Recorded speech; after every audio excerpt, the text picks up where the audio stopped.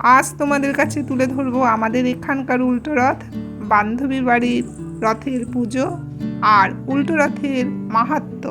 এবছর সোজা রথ ছিল 27শে জুন আর উল্টো রথ 5ই জুলাই। রথযাত্রার দিন প্রায় 3 কিলোমিটার দূরে গুন্ডিচা মন্দিরে যায় জগন্নাথ, সুভদ্রা ও বলভদ্রদেবের রথ। সেখানে 8 দিন থাকার পরে ঠিক 9 দিনের মাথায় তারা নিজ মন্দিরে ফিরে আসে। মূল যাত্রার উল্টো পথে যাত্রা হয় বলে এই উৎসবের নাম উল্টো রথ। হিন্দু ধর্মমতে দীর্ঘ বিচ্ছেদের পর কৃষ্ণের বৃন্দাবন প্রত্যাবর্তনের স্মরণে এই উৎসব আয়োজিত হয়ে থাকে। রথ দেখা হয়ে গেল, এবার চললাম বান্ধবীর বাড়ি প্রসাদ গ্রহণ করতে। জগন্নাথের কৃপায় তোমরা সবাই ভালো থেকো, সুস্থ থেকো এই কামনা করে আজকের ভিডিও শেষ করছি।